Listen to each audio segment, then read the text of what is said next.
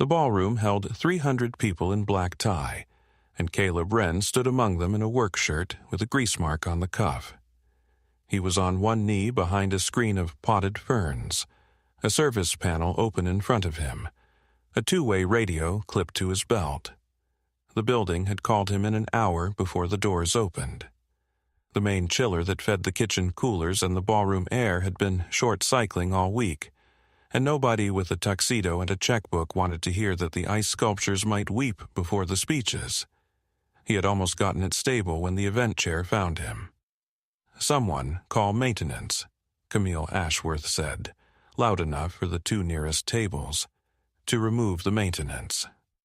A ripple of laughter went out from her like a stone dropped in still water. A woman in silver put her hand over her mouth. A man in a bow tie chuckled without even turning around. Caleb did not argue. He had learned a long time ago that arguing with a room only feeds it. He nodded once, the way a man nods when he has decided to be somewhere else in his head, and he reached for his bag. Then the room changed the wrong way. The laughter thinned. A hush moved across the floor from the far side, the kind of hush that makes people look up before they know why. Caleb looked up too. Everett Rhodes had set down his glass. Everyone knew Everett Rhodes. His name was on the building. His name was on the new wing of the children's hospital this whole gala was meant to fund. He was the reason half the people in that room had put on their good shoes, and he had stepped away from a small circle of senators and surgeons, and he was walking. Not toward the stage, not toward the bar, toward the ferns, toward the man on his knee with the grease on his cuff. 300 people watched the richest man in the room walk straight past every one of them. Before you keep going, guess what a man like that says to a man like Caleb. Some answers you will not see coming. To understand why Everett Rhodes crossed that floor, you have to hold two nights in your head at the same time. This one, warm and bright and full of people who had just laughed. And a colder one, 10 years back, when the water was black and no one was watching at all. Start with who Caleb was on the morning of the gala, before any of it. He was a father, and almost everything about his day was shaped by that one fact. He was up at 6. He made the lunch first because if he made the coffee first, he lost the thread. Turkey and cheese. The crusts left on because Poppy had decided at 8 years old that crusts were the strong part. An apple, cut into slices, because whole apples came home whole. A note on a folded napkin. He was not a man who could say big things out loud without his voice going strange, so he said them on napkins. Today's said, "You are my favorite person," even before coffee. Poppy came down in mismatched socks and read it, and did not say anything, but she folded it again along the same crease and put it in her pocket, which was how he knew. On the refrigerator, held with a magnet shaped like a strawberry, was a crayon drawing she had made of him. It was mostly a large blue rectangle labeled Dad's Tools, and a stick figure beside it with brown hair, and, for reasons he had never asked about, a cape. "Why do I have a cape?" he asked her once. "Because you fix stuff nobody else can," she had said, as if it were obvious, and he had not taken the drawing down since. "Will there be cake there?" Poppy asked now. She meant the party he had been called to. "Not for me, Pop," he said. "I fix the cold. I don't eat the party." "That seems unfair." "Most things are, a little," he said. "You want the last of the orange juice, or should I?" "You," she said generously, and drank it anyway when he was tying his boots. "Mrs. Alvarez today," he said. "I'll be late. There's a fancy thing downtown with a broken cooler. If I'm not home when you go to bed, what do you do?" "Brush teeth, read one chapter, leave the hall light on," she recited. And you'll come in and check on me, even if I'm asleep." "Every time," he said. Money was tight, the way it is tight for a man raising a child on technician hours, but they had a system. Wednesday was library day. Friday was breakfast for dinner, which Poppy considered the height of civilization.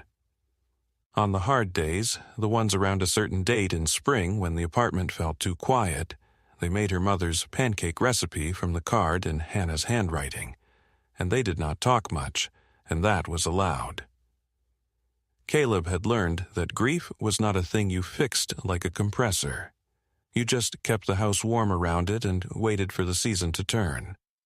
He dropped her at Mrs. Alvarez's 2 doors down, where she would be until the neighbor's daughter walked her home, and he drove to a service call that turned out to be a ballroom full of strangers who thought a work shirt was a thing to laugh at. Now, the colder night. 10 years back, the winter Caleb was 29, he had been driving home from a plant job on a road that ran along the river.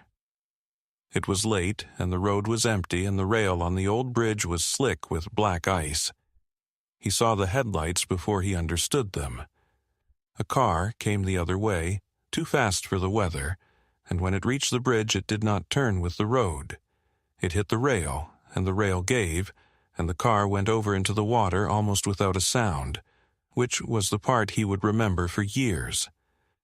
He had expected a crash. Instead, there was just the river taking something and closing over it. He did not decide to stop. He was stopped, and then he was out of his truck, and then he was in the water, and only somewhere in the middle of all that did his mind catch up and start being afraid. The cold hit like a fist. The car was already going down, nose first, and there was a shape in the back seat, small, hitting the glass. He got the door on the second pull. He got the boy loose from a seatbelt his own numb fingers could barely find. He got him up and out and to the bank, and the boy was not breathing, and Caleb breathed for him the way a class had taught him a decade before. And on the 4th breath the boy coughed up half the river and started to cry, which was the best sound Caleb Wren had ever heard. "You're okay," Caleb had said over and over, more to himself than the boy. "You're okay. I've got you. You're okay." Then there were headlights and shouting, and someone with a blanket, and a siren far off getting closer.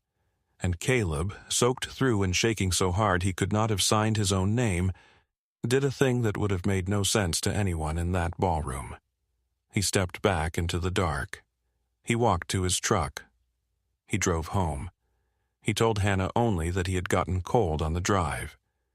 He ran a hot shower and sat on the floor of it for a while. He never called anyone. He never asked who the boy was. It did not occur to him that a person was owed anything for being where he happened to be. In his mind, you did not get a prize for stopping. Stopping was just what a person did. If you had pulled a stranger's son out of a river and no one knew your name, would you ever mention it? Keep your answer somewhere close. Caleb kept his for 10 years. That was the character of the man. Here is the wound. Caleb Wren had once built something. For most of his 20s, he ran a 2-man refrigeration outfit by day and drew by night, filling notebooks with a system he could not stop thinking about. Cold chains, the long unbroken run of temperature that keeps a vaccine good from a factory to a child's arm, or keeps a plant's product from spoiling, break in the gaps, the moments nobody is watching. His system watched the gaps, it logged, it warned, and if a failure ran past the warning, it could isolate the fault and suppress a fire before it took hold. Hospitals needed it. Food plants needed it. He used to say the machine's whole job was to be paying attention at 3 in the morning, so a person did not have to. There was a small clinic upstate that had bought one of the first units. A year in, on a holiday weekend when the staff was thin, a compressor failed at 2 in the morning, and Caleb's system caught it, isolated the fault, and held the vaccine fridge cold for 11 hours until a technician could drive out. Nobody died. Nobody even knew there had been a night it could have gone another way. The clinic sent him a card, handwritten, and he had kept it in the same tote as the notebooks, because it said in plain words the thing he could never say about himself.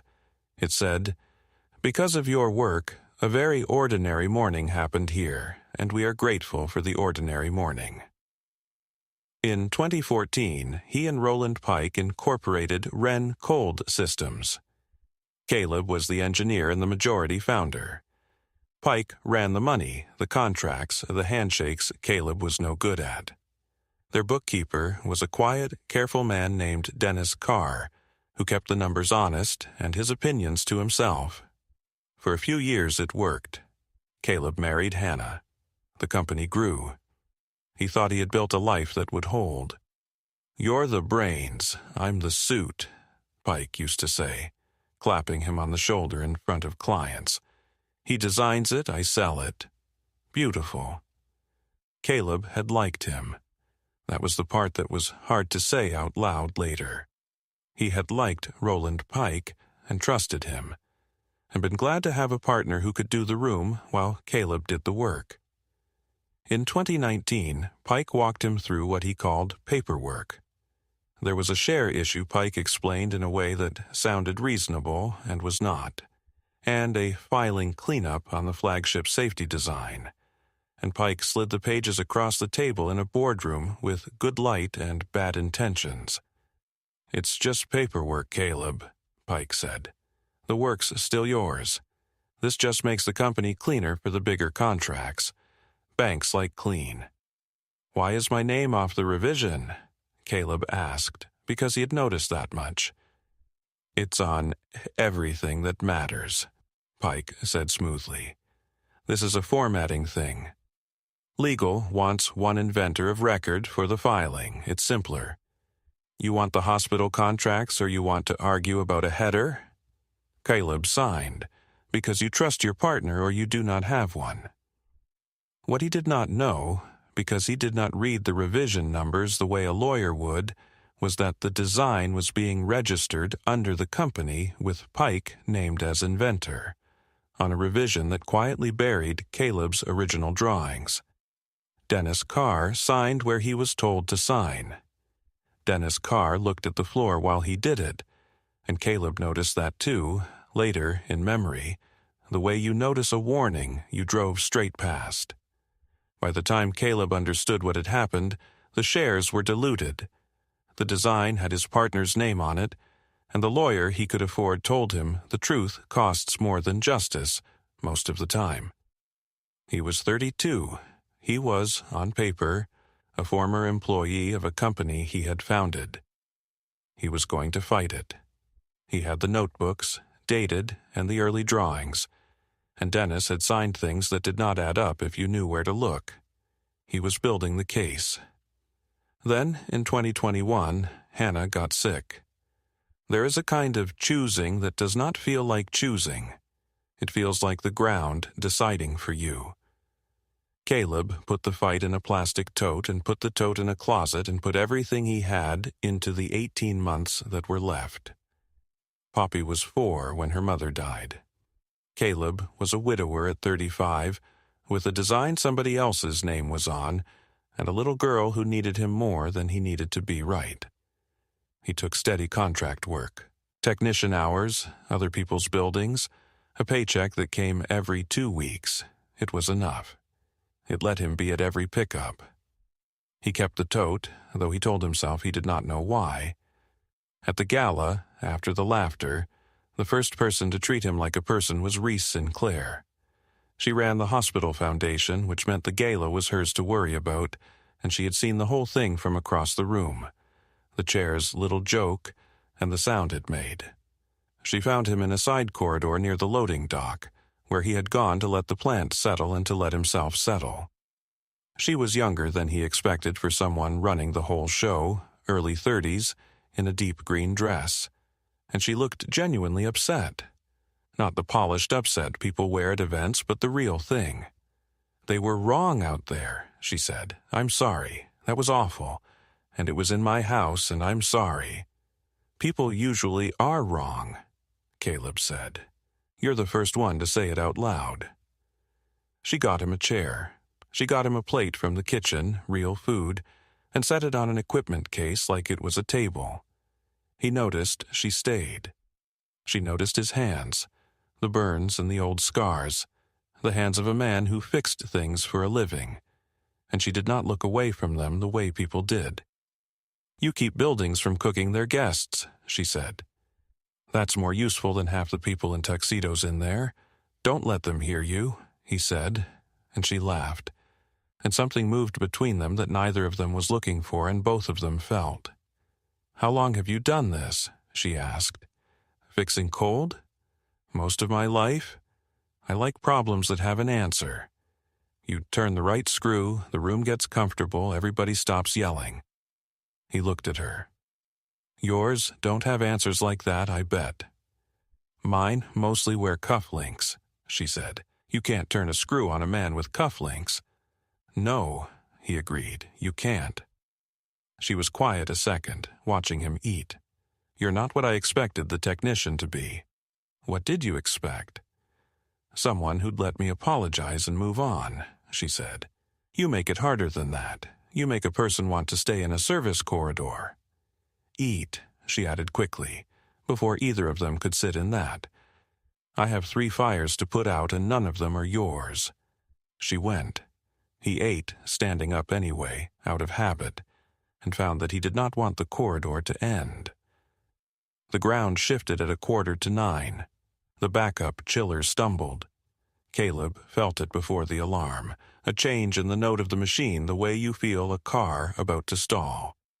Then the caterer was in the hall with panic on her face because the ice sculptures were sweating, and the walk-in was climbing, and the server closet that held the whole event's brains was getting warm.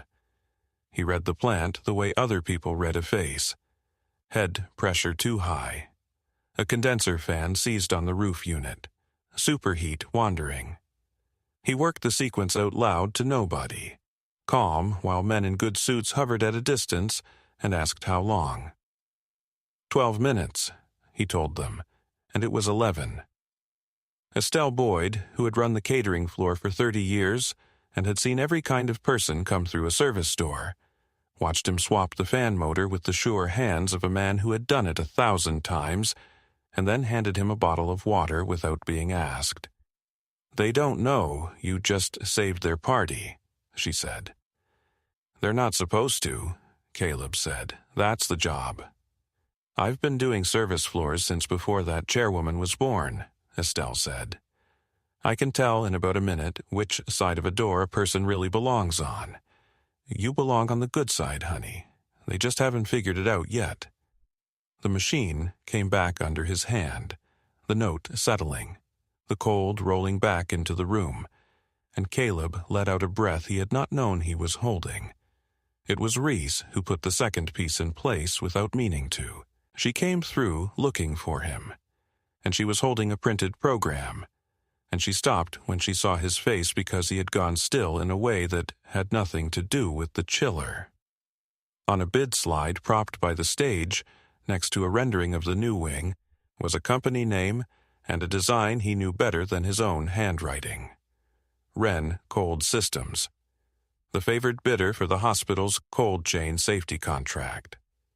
Presenting the very system he was, at that exact moment, holding together with his own 2 hands. "You know that company," Reese said.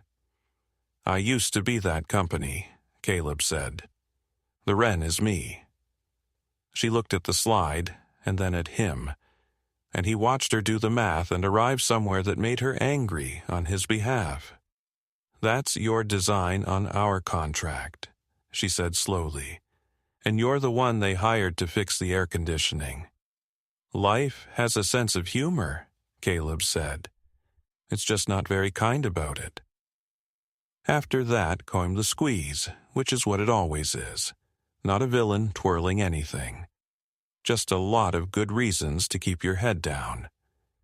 Camille found him again and told him to stay out of sight for the rest of the evening, and the building services manager, who was not cruel, only frightened for the account, took Caleb aside in the hall. "Do the work," Take the check, use the side door, the man said. These donors are the whole year for us. That account is your steady hours, Caleb. Don't make it weird. Caleb thought about the whole year. He thought about Poppy's school and the roof that needed doing before winter, and the steady hours that let him be at every pickup. He had been keeping his head down for a long time, and it had kept a small girl fed and safe, and there is nothing small about that. He stepped into the stairwell and called home. Mrs. Alvarez put Poppy on. "Did you fix it?" Poppy asked. "I fixed it." "Was it hard?" "Little bit. Somebody was rude about it." "Rude? How?" "The grown-up kind. Don't worry about it. Teeth brushed?" "Obviously," she said. "Dad? You always fix it even when they're rude. That's the whole Cape thing." He stood in the stairwell holding the phone a moment after she hung up. Then Roland Pike walked through the service hall. He was older, sleeker, in a tuxedo that cost more than Caleb's truck. He passed within 3 feet of the man he had ruined and did not know him. He glanced at the work shirt and the tired face and saw a technician, nothing more. "Get the technician a coffee," Pike said to an aide, not unkindly, not knowing. "He looks done in." Caleb stood very still. The man who had taken his name off his life's work had just offered to buy him a coffee and had no idea he was doing it. There was something almost funny in it, and something that was not funny at all. A steady paycheck in one hand, the truth in the other. Would you have kept your head down for Poppy's sake, one more night? Hold that thought, because Caleb almost did. What changed him was not anger. It was being believed. Reese found him one more time, by the dock, and she asked him plainly what had happened to his company. And he told her. All of it, quietly, the notebooks and the revision, and Dennis looking at the floor, and the tote in the closet, and the years he had traded, so a lawsuit would not eat the time his daughter had left with a father who was present. She listened the whole way through, and she did not interrupt, and when a caterer tried to pull her away, she held up one finger and the caterer went away. And when he finished, she did not ask for proof. She believed him first and thought about evidence second, and that undid something in him that had been knotted for 7 years. "Then let them see you," she said. "Not for revenge, because it's true. You don't owe that room anything, but you don't owe it your silence either." "I have a kid," he said. "Silence has kept the lights on." "I know," she said. "That's exactly why you should stand up. She's going to ask you one day what you did when it was easier to disappear. You already know what you want to be able to tell her. I can see it on your face." Caleb was quiet for a moment. "You always talk people into the hard thing?" "Only the ones worth the trouble," she said. Then he wiped his hands on the rag from his back pocket, and he straightened a collar that was never going to be black tie, and he walked back toward the light instead of the side door. The 2 knights met in the middle of the ballroom. Everett Rhodes had been shown a photograph earlier in the week by a Foundation researcher, an old newspaper picture from 10 years back, blurry, of a rescue on the river that a boy had survived and a man had walked away from. Rhodes had been looking for that man for a decade, quietly, the way rich men look for things, through investigators and dead ends, and a standing offer no one ever claimed. His son Sam was 18 now, alive, at college, alive. And every year on a certain winter date, Everett Rhodes thought about a stranger who had not stayed to be thanked. He saw Caleb across the room, and it was not the face from the photograph that stopped him, because the face had changed. It was the way the man moved. The way he had crossed a floor once with a boy in his arms, and moved the same way now with a tool bag, economical, sure, not looking for anyone to watch. Everett Rhodes set down his glass and walked. He walked past the senators. He walked past Camille Ashworth, who started to say something bright and stopped when she saw his face. He walked the whole length of that room, and he stopped in front of the man everyone had just laughed at, and for a moment the richest person there could not get a word out. "It's you," Everett said finally. "I have looked for you for 10 years." Caleb did not understand, and then he did, all at once, the way cold water finds you. "Mr. Rhodes," he started, "I think you have—" "No," Everett said. "I don't have the wrong man. I have spent 10 years afraid I would never find the right one. You had a scar on your left hand then, too. You favored that hand getting my son up the bank. I have replayed it more times than I can count." Everett turned to the room, and his voice was not the smooth voice of a host anymore. "10 years ago," he said, "my son drove off the river bridge in the ice. He was 17. His car went into the water, and it should have been the end of my family. This man went in after him. A stranger. He breathed for him on the bank until he came back to us. And then he left, before any of us could learn his name, or thank him, or give him a single thing. I have wanted to find him every day since." He looked at the program in someone's hand. "His name is on your program tonight. It's the only name that should be, and he has spent this evening fixing your air conditioning while you laughed at his shirt." You could hear the room learning it. Forks went down. Somewhere a chair scraped. A woman near the front pressed a napkin to her mouth. Camille Ashworth had gone the color of the tablecloths, and no one was looking at her, which was its own kind of verdict. She tried once the way people like her try. She stepped forward with a bright recovery already forming on her lips. Something about how, of course, she had only been joking. How everyone loved a bit of fun. But the room had turned, and the room did not want it, and she felt that before she finished the sentence and let it die. A silver-haired donor at the nearest table, a man who had laughed the loudest an hour before, stood up instead and walked over to Caleb and put out his hand. "I was one of the ones laughing," the donor said, quietly, but not too quietly to be heard. "I'm ashamed of that. I'd like to shake the hand of the man who saved that boy, if he'll let me." Caleb shook it. One by one, a few others did the same, and the shape of the evening rearranged itself around the man it had tried to push into a side corridor.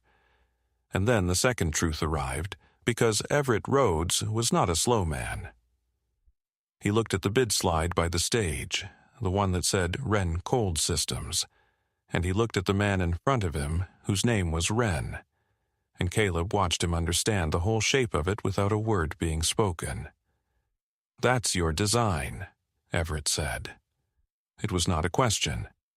"It was," Caleb said, "a long time ago."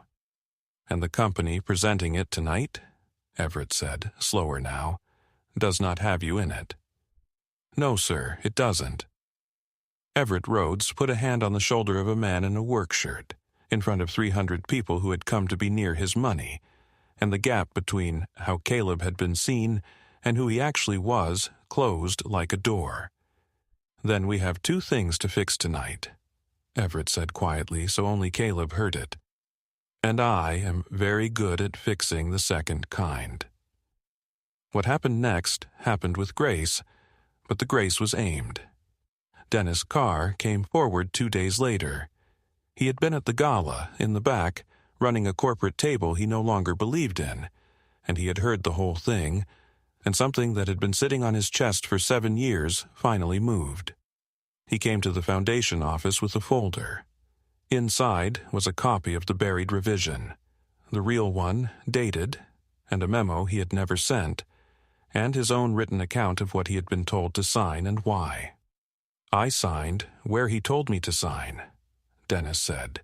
His hands were shaking around a paper coffee cup. "I have 2 kids. Pike said the company would go under and we would all lose our jobs. I told myself that made it all right. It didn't. I should have spoken up 7 years ago. I kept the real pages because I couldn't make myself destroy them. I don't know if that makes it better or worse. Reese took the folder gently.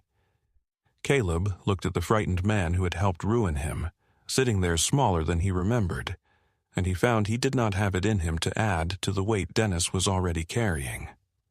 You could have shredded those pages any day for 7 years, Caleb said. You didn't, and you're here now when it's still scary. That's the part that counts, Dennis.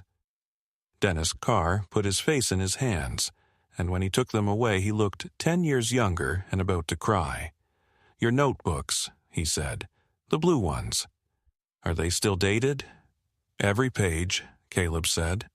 Then it's over, Dennis said, almost to himself. Then it's finally over. The Foundation's council and the hospital board reviewed the paper trail. Because a hospital cannot buy a life safety system built on a lie, the inventorship claim did not survive the dated notebooks, the original drawings, and Dennis Carr's signed account. The committee met on a Thursday. Caleb was not in the room. Reese told him afterward, plainly, without any drum roll. The vote came 7-1, she said. The bid is withdrawn, pending inventorship correction. Pike's firm is out of the process. Roland Pike was walked out of the running the way these things actually happen, not with handcuffs, just with an email and a closed door and phone calls that stopped being returned. He tried, for a little while, to make it someone else's fault. He sent a letter calling it a misunderstanding. Then he stopped being part of the story, because the story stopped spending words on him. The correction itself was undramatic, which is how real repair usually looks. A filing was amended. A revision number that had been buried for 7 years was pulled back into the light, and Caleb's drawings, dated in his own hand, sat where they always should have. Estelle Boyd heard about it from a friend in catering and called him on the phone just to say one thing. I told you, she said. Good side of the door. I've been doing this 30 years, and I've never once been wrong about that. And I wasn't wrong about you. Then she hung up before he could get embarrassed, which he appreciated. Later, when it was quiet, Caleb sat with what it had cost and what it had saved. He picked Poppy up that night, and she wanted to know everything and could hold almost none of it, so he gave her the version that was true and small enough to carry. Some people finally understood I'm good at my job, he said. And a long time ago, before you were born, I helped a boy who was in some trouble in the water. Tonight his dad found me and said thank you. Was it a big thank you? It was a pretty big one. Bigger than a cape? About cape-sized, Caleb admitted. Did you get cake? Caleb laughed, and it surprised him how much he needed to. Somebody saved me a slice, actually. That night he opened the tote in the closet, not in anger for the first time in 7 years, but to close it. The notebooks were there, his younger handwriting sure of itself, certain the future would be fair. Under them was a moving box with Hannah's writing on the side. Kitchen, fragile. And he sat on the floor with that for a while, the way he had once sat on the floor of a hot shower, letting the cold work its way out of him. Being proven right, he understood, was not the same as being whole, but it was not nothing either. It was a door he could finally shut on his own terms instead of having it shut on him. He set the lid down gently, and then he left it off, because there was nothing in there anymore he needed to keep hidden. The road opened the way good roads do, quietly and toward other people. Everett Rhodes did not offer him charity, which Caleb would have refused, and both of them knew it. He offered him the work. The hospital still needed its cold chain safety system built, and there was exactly one person alive who had designed it and understood it down to the last valve. Build it, Everett said. They were in a small office, no audience this time. Your design, your name on it, your hours. I'm told you have a scheduling constraint. I keep school pickup, Caleb said. 3 o'clock, that's the whole of it, non-negotiable. Good, Everett said. I would have thought less of you if it wasn't. We start after 3. He paused. Sam wants to meet you. When you're ready. No pressure and no cameras.